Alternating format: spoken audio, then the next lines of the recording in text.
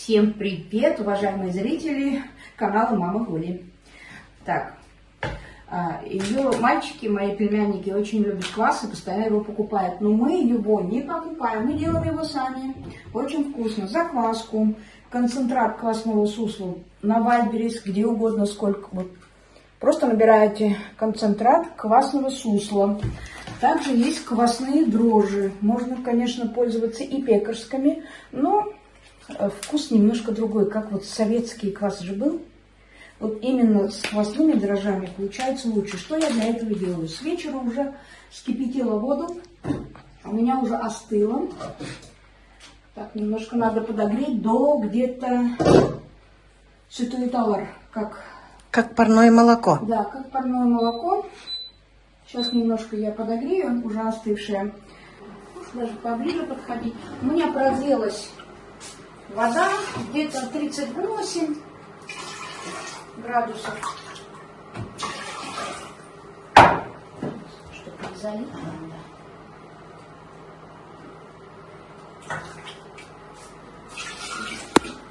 Наполняю, но не до конца, потому что будем еще закваску класть.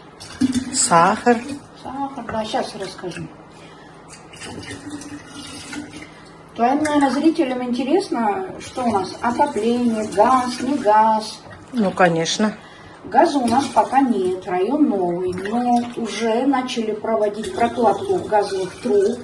Я заявку не делала, потому что у меня что-то там не получалось, какой-то ситуационный план. А потом уже я поняла, сейчас паспорт дома сделали, там ситуационный план есть, уже могу подать заявку. В общем, мы подадим заявку. У нас отопление электричеством. 4 столовые ложки сусла квасного.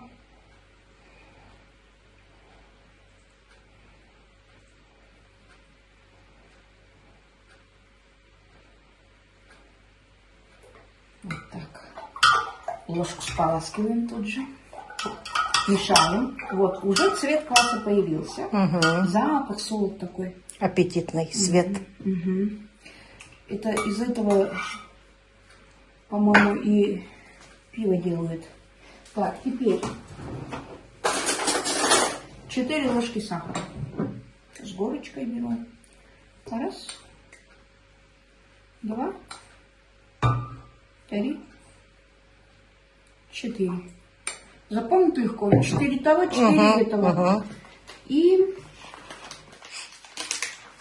5-10 грамм дрожжей. У меня вот такая ложка была именно. Вот. Угу. Первые 5 часов держим открытый, потому что нужен доступ воздуха. Через 5 часов, да, пена начнется. Вот надо еще меньше, потому что пена поднимается. Через теплое место ставим, так же, как и хлеб, опару. Угу. Комнатная температура 28-30 градусов. А если подоконник поставить? Но если он холодный, не знаю, у меня на столе троинда. На столе. На столе троинда, да. Закрываем каким-нибудь или тряпочкой можно. У меня это будет крышечка с сеточкой. Вот. Мешаю троинду. Через 5 часов помешаю и закрою вот этой обычной. Вот. Угу. На следующий день, через сутки, у нас появляется вот такой квас. Половину этого кваса наливаете в 1,5-литровая бутылка получается. Сюда 2 столовые ложки сахара. Сутки стоит дома. Потом можно пить. А еще лучше будет самый вкусный квас, если вот сутки здесь постоит. Вчера постояла так, да, я пила, сутки здесь постоит.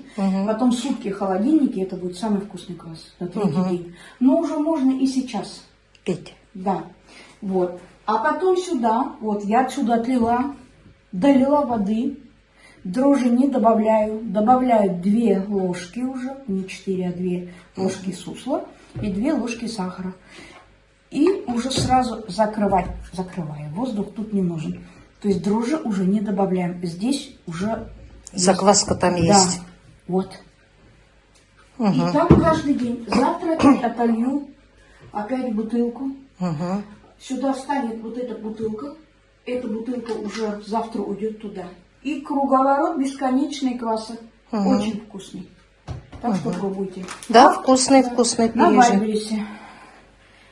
Я просто заказала тот, который быстро придет. Белорусский есть. 3-литровый, 2-литровый довольно. И дешевле получается. На все лето хватит. В сухом, прохладном месте в темном держу. Здесь ничего не бывает. Нормально. Это не реклама. Нет, реклама это когда уже просят ссылку. Ссылки давать не буду, потому что скажут реклама. Просто ищите. Продавцов много. Сейчас на Вайбересе чего только А я нет. сейчас все оттуда берем. Все оттуда беру я. Очень удобно, это все рядом. Так, по поводу газа. Газ мы проведем только ради отопления. Сейчас у нас уходит на отопление электричеством. У нас есть электрический котел. Оплата была в холодные месяца, это 2-3 месяца по 10 тысяч в месяц. Потом в этом году мы решили попробовать отапливаться с плитами. Кондиционер у нас работает не только на холод, но и на тепло. И этой зимой мы платили всего лишь 5 тысяч в месяц.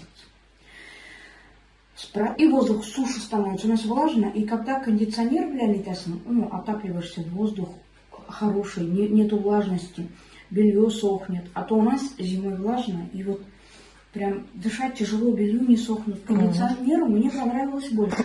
И поэтому у нас теперь стоит вопрос, а нужен ли нам газ? Потому что у людей спрашиваю, сколько вы платите за газ? 5-6 тысяч. Двухэтажный дом, как у нас. И я думаю, вот сейчас нам на газ надо 300 тысяч приготовить. На котел, на проведение. Бесплатно же только до забора. Дальше все это платно. Плюс надо, чтобы соответствовало всем требованиям наша бойлерная, чтобы вытяжка была. Вытяжка у нас есть, форточка у нас есть по квадратуре. Я не знаю, подойдем или нет, но у нас стеклянная там дверь. Как на балкон выходишь, стеклянной не должно быть. Значит, нам надо заменить дверь. Это 1030, да, 40. Плюс 300. И за работу. Да, это с работы, с документацией проектной, которую 62 тысячи, по-моему, вот так далее. Я думаю, и когда у меня этот газ окупится? Лет через 15-20. Может быть, газ дорожает. Поэтому мы пока, мы, конечно, посмотрим, пусть соседи проведут, мы посмотрим, сколько они будут платить. Может быть, решимся. Газ можно установить только в случае чего, если вдруг решим продавать. Мы, конечно, не планируем, просто с газом дом подорожает. Только ради этого еще могу. А плиту я не хочу менять на газовую. У меня индукционная. Она за минуту, за 2 закипает. Очень умная, если что-то прольется, она сразу выключит. Если она не включится, если посуда пустая, очень умная. И мыть ее легко. Газ, это все берешь, мы же с вами жили. Вот это все снимаешь, вот это все это грязное. А тут тряпочкой протираешь, и все, красота. Очень удобно. Даже если будет газ, я оставлю эту плиту. Я уже привыкла к такой. Газ не хочу. Вот. Здесь у тебя электродуховка. Электродуховка, она мне больше нравится все равно, чем газовая почему-то. Микроволновка. И здесь полочки. А холодильник у нас спрятан здесь в шкаф. И посудомойка. Посудомойка здесь спрятана. Кухню мы делали под заказ. В свое время это было так дорого. И сейчас я понимаю, что нет. 150, по-моему, тысяч у нас, 160 кухни вышло. Сейчас таких цен нет. Это без техники. Технику отдельно покупали. Вот так и живем. Хорошо живете, слава Всевышнему. Спасибо. Надо быть... Я сама до сих пор не Давай. верю, как это мы так у нас получилось. У нас-то и денег-то не было. С 2 сумками С уехали. 2 сумками уехали, увидели. У нас денег не было, но застройщик сказал, у вас есть что продать и рассчитаться потом. Мы вам начнем строить, а мы пока будем строить год, вы будете продавать то, что у вас есть. А у нас была квартира в Норильске. Да, говорю, за 2 миллиона квартиры есть. А дом вышел 4800 по тем временам. Я говорю, у нас не хватит. Он говорит, ну, а рассрочку там накопите, подкопите, что придумаете. Да, уговорил меня построить двухэтажный. Ну, ты же ролики снимала, все. Ролики снимала, у меня доход, да, я работала. Доход у меня был, но кроме дома еще же внутри, у нас же ничего не было. Мы же приехали, мы квартиру продали, да, мы же уехали в отпуск. Мы квартиру продали дистанционно, мы там ничего не забирали. Мы сюда приехали в отпуск. Трусики, бусики, все, больше ничего. Сменное белье. Все осталось там, продали все. Нам повезло. Просто пока нам дом построили, наша квартира в 3 раза подорожала, поэтому у нас хватило, вот так говорят, на что они строились, на что, машину еще потом купили. Но часть пришлось, пока квартиру не продали, кредит взять. Там миллиончик. И погасили, что да. У Миланы 2 миллиона в долг брали. Потом квартиру продали, Милане долг отдали. Кредит мы решили не гасить досрочно, потому что процент выгодный, мы его до сих пор платим. А на эти деньги, думаю, лучше навес сделали, да, остекление сделали. И на остаток купили. Кондиционеры. 5 там, штук поставили, да? 10 штук вышло, очень много было вложено денег. Ну, купили машину. Андрюша, зятек мой любимый, это мой зять. Всем вам привет. Вот, и люди просто удивляются, откуда у них деньги. Просто продали квартиру выгодно в свое время. Просто голова у вас работает. Да, у Розы финансовая грамотность, нормально все. И у меня еще во вкладе эти денежки полежали, потому что мы с застройщиком договорились на год. В итоге я его уговорила расплатиться только через 3 года. Он нам на уступки пошел, потому что мы же снимали стройку. Получается, мы косвенно пиарили их компанию. Благодаря нам они продали дома. То есть мы там 50-50 тоже. То есть они нам сделали уступку, что они у нас не требовали денег сразу. Здесь пустое место было, Тут да? пустое поле были, мы первые, мы тут одни были. Поляевы Первый дом ваш, да? Поляевы на месяц, на 2, по-моему, раньше. Но мы очень торопили, Но мы не торопили, потому что мы знаем. Ну, второй дом в степи, ваш дом в степи. Да. Ну, их одновременно, они раньше начали поднимать, поэтому и раньше закончили. Вот. Все, у меня была цель вот быстро, красиво сделать, чтобы был у меня свой рай. Свой рай. А сейчас чем зарабатываешь?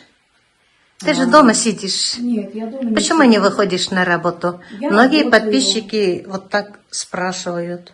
Я работаю, у меня хорошая клиентская база уже по массажу. Вот, я повысила курсы. Раньше я была детским массажистом, там еще в Норильске подрабатывала. Сейчас я взрослый массажист, у меня клиентская база, у меня от 3 до 5 клиентов в день. При бюджетном ценнике 1000, можете сами посчитать, сколько я зарабатываю. В принципе, мне на работу идти не нужно, на дядечку. Я открыла самозанятость, плачу налоги и живу спокойно. Аренду я не плачу, потому что у меня есть дополнительная комната, которая вот сейчас стоят. Ага. Сейчас я оформила отпуск, закрыла все записи до 3 июля, да, и все. Мы 2 уезжаем, Да, поэтому... 3 я начинаю принимать клиентов. Нет, 4-го. 3-го у меня еще там будет уборка, подготовка кабинета, и все, снова начну работать. Угу. Поэтому у Андрея пенсия хорошая, у него кроме пенсии еще страховые выплаты. Он получает столько же, сколько я получал бы на севере зарплату. Поэтому в финансовых средствах мы не затруднены. Все. Я, в принципе, могу даже массажем заниматься. Нам будет хватать на, там, покушать, основные свои потребности базовые закрывать. Ну, хочется же то одно, то другое. Ну, уже да. кредит залезли, машину Машину купили. Мы захотели новую. Но сейчас вот у нас, благодаря нашим шикарным дорогам, у нас там снизу какой-то трос отошел. У нас дороги вот так вот. Угу. Ой, очень плохая дорога. Сейчас машину, это дилерский центр собрал, свой эвакуатор прислал. Бесплатно все увезли и вот должны завтра, сегодня, послезавтра или после выходных, я не знаю, как они сделают. Но это только благодаря дорогам. Дороги очень плохие. Дорога. Вчера ходили мы. Да, мы вчера пешком ходили. Ноги болели у меня. Вообще И тяжело. у нас и соседи многие жалуются уже. Прям почти каждый месяц меняют подвески. Это потому, что вот дорогу. Обещают нам сделать. Уже пришла отписка от чиновников, что к концу 3-го квартала сделают. Дай бог. До этого была отписка, что к концу второго квартала, то есть сейчас делают, но она не сделана. Пришла опять отписка, что к концу третьего. С завтраком и кормят. Да, а потом, думаю, в конце третьего квартала нам пришлют опять отписку, что сделают в конце четвертого. И так по кругу с прошлого года у нас это длится. Вот только вот это минус у вас, да? Вот из юга, южных минусов здесь, не знаю, в Норильске такого не было, я не знаю, как в Башкирии, но тут проблемы решаются очень долго. Но это везде так. Но здесь еще хуже. Еще хуже. Тут законы работают как-то не так. Как-то медленно, где-то для кого-то работает. Тут добиваться своих прав очень тяжело. Ты будешь получать отписки, как положено, через 30 дней ты получишь. Школа далеко у вас, да? Школа далеко, будут строить вторую, но она тоже будет от нас далеко. Поэтому в школу приходится возить, поэтому у нас автомобиль. Ну вот второй мы купили, первый был старый. Мы замучились тоже с ремонтом, и что-то новенькое хотелось. И тем более были деньги, остатки от квартиры, их нужно было куда-то вложить. На квартиру не хватало, на машину как бы тоже нет, но машина дешевле, чем квартира, поэтому вот так вот сделали. Ага. Андрей, как тебе твоя машина? Нормально. Нормально. Да, Когда отремонтируют? Когда нас повезешь? Скоро. Скоро, Аллах верса. Тебе тут тебе тут нравится? Конечно. Ты доволен, что такой огромный дом построили? Да. Красота, конечно. Море рядом. Как у тебя со здоровьем? Никому ничего не должны. Здоровьем. Нормально. Молодец. Стабильно, нормально. Да. Ладно, береги себя. Ты еще нужен для своей семьи. Нужен папа и муж. Вот. Беседу вели и с зятем, и с дочерью. Соня тоже в городе. Соню тоже забрали. Да, всех забрали. Всех забрали детишек, купаться там, куда-то будут ходить.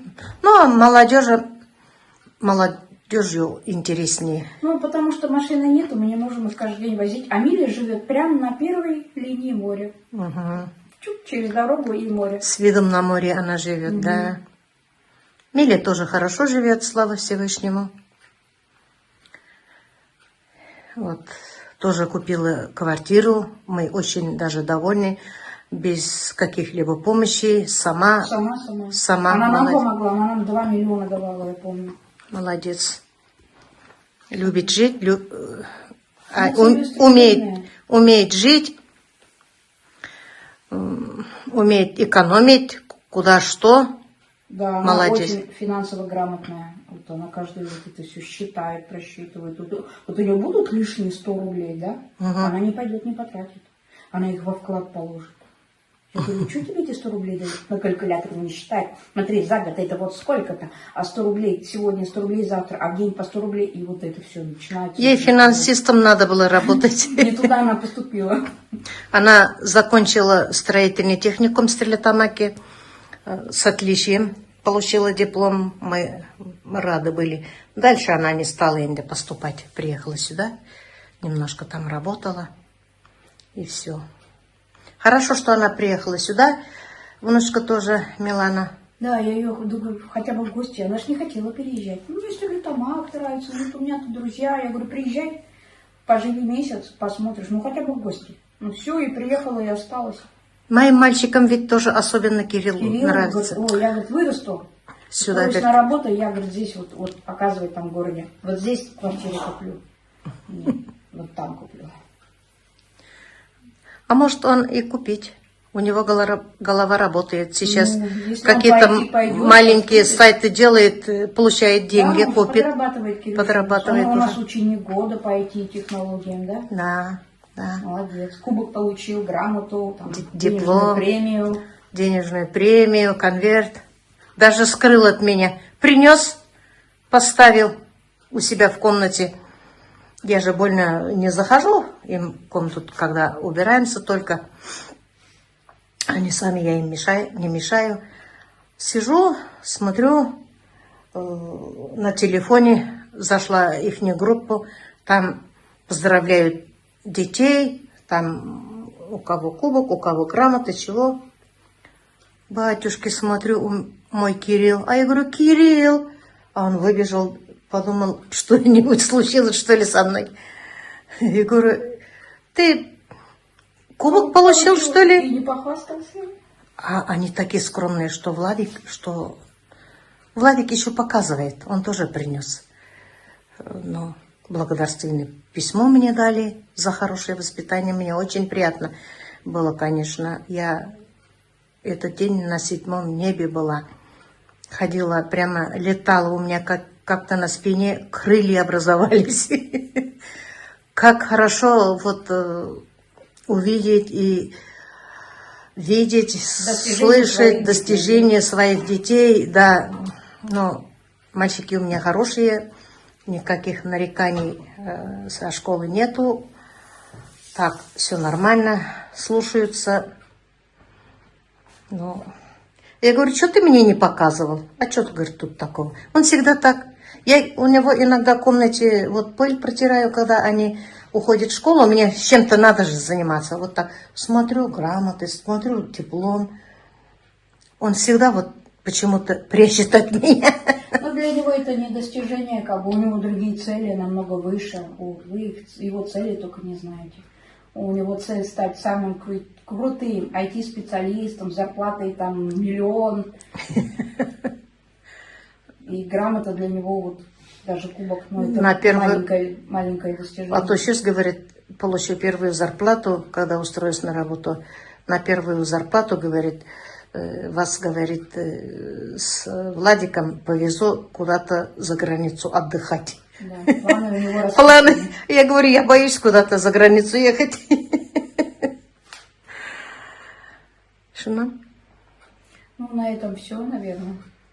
Ну, на этом я свой ролик заканчиваю. Всем желаю всего самого-самого доброго. Доброго здоровья, удачи, много-много радости и мирного неба над головой. Всем пока-пока. До следующих встреч.